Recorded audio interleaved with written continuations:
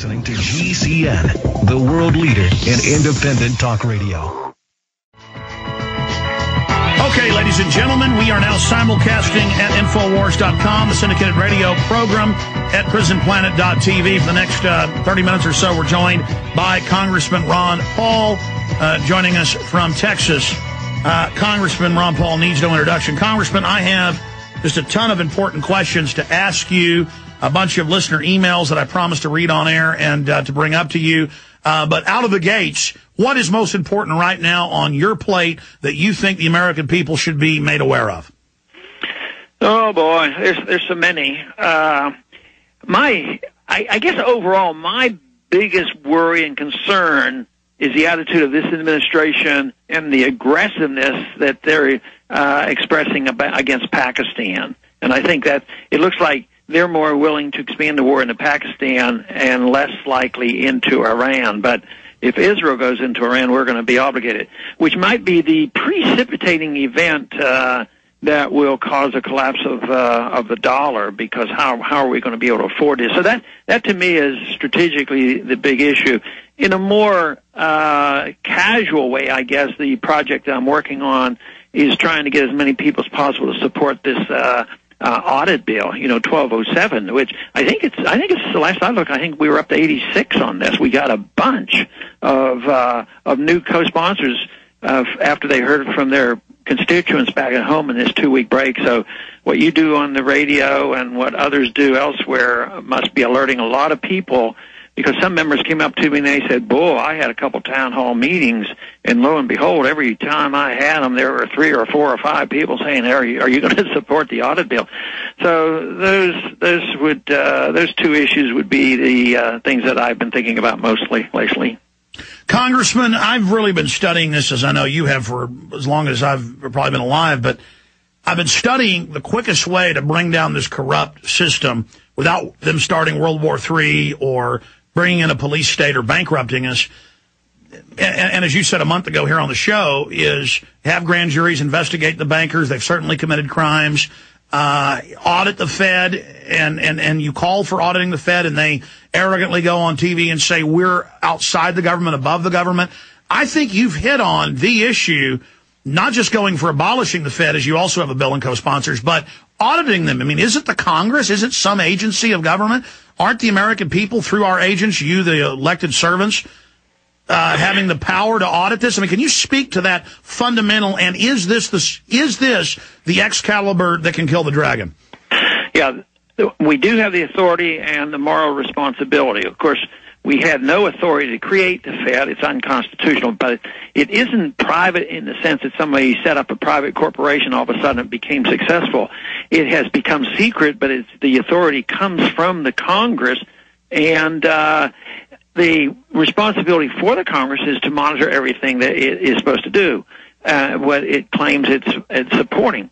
But prior to 1978, there was talk of this. The old populists of Texas, Wright Patman, and people like Henry Gonzalez have always called for more openness and transparency of the Fed.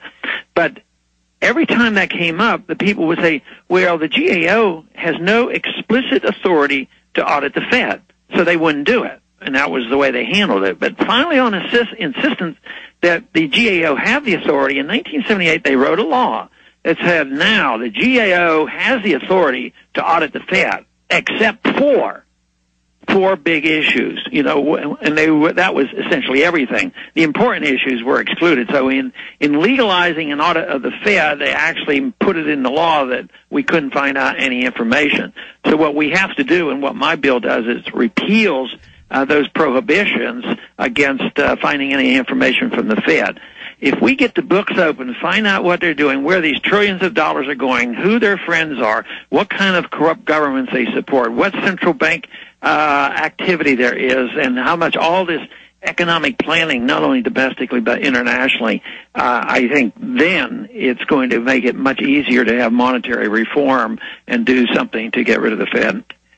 So that's the bottom line. We have to audit the bankers that have designed this implosion, who are openly announcing G20 Bank of the World with a global regulatory authority. Can you speak to the fact that all these years you've written books, you've spoken, we've talked about how they believe in globalism and one world government, and now, Congressman, they are openly coming out after they've engineered the crisis, and they're saying the solution is giving us unlimited power? That's what they do. We're doing it domestically and we're doing it internationally. I think the IMF made the proposals that they wanted like $50 million, and Obama says, well, let's give them 100. He doubled the amount they requested. And that's more power into these international organizations. At the same time, look at all the power that's gravitating to Washington. Real estate prices aren't going down in Washington because there's so many people moving in. They have been doing this for years. Every time they create a problem, they say, well, there's not enough power. Their explanation now, and I think a key speech was that economic speech that Obama gave. You know, he said, well, we do have problems, and there's an emergency, and we have to do this. We don't have enough regulations, so we need more government regulations and international regulation. That means they're going to bring in these international government. Then he said, well, we have to pump more money into education. We have to pump more money and nationalize medical care. And then we also have to take over all this energy problem that we have. But then his fifth part of his speech was, you know, we have to act responsibly. We have to now devise a system of government where we act within our means and get this budget under control. But we don't have to do that for a while. Let's do that in 10 years from now. I don't know how they can do that with a straight face and how the American people can swallow that. At the same time, they just see this financial crisis getting worse, our liberties being diminished, and world government growing. So we have a desperate struggle to wake up the American people. But on the more positive side, there are more now who are becoming aware of what's happening. And the worse the crisis gets, maybe more people will wake up. And that's why I think the auditing the Fed bill is important, because they'll say, because most people don't even know yet that we're not allowed to have this information.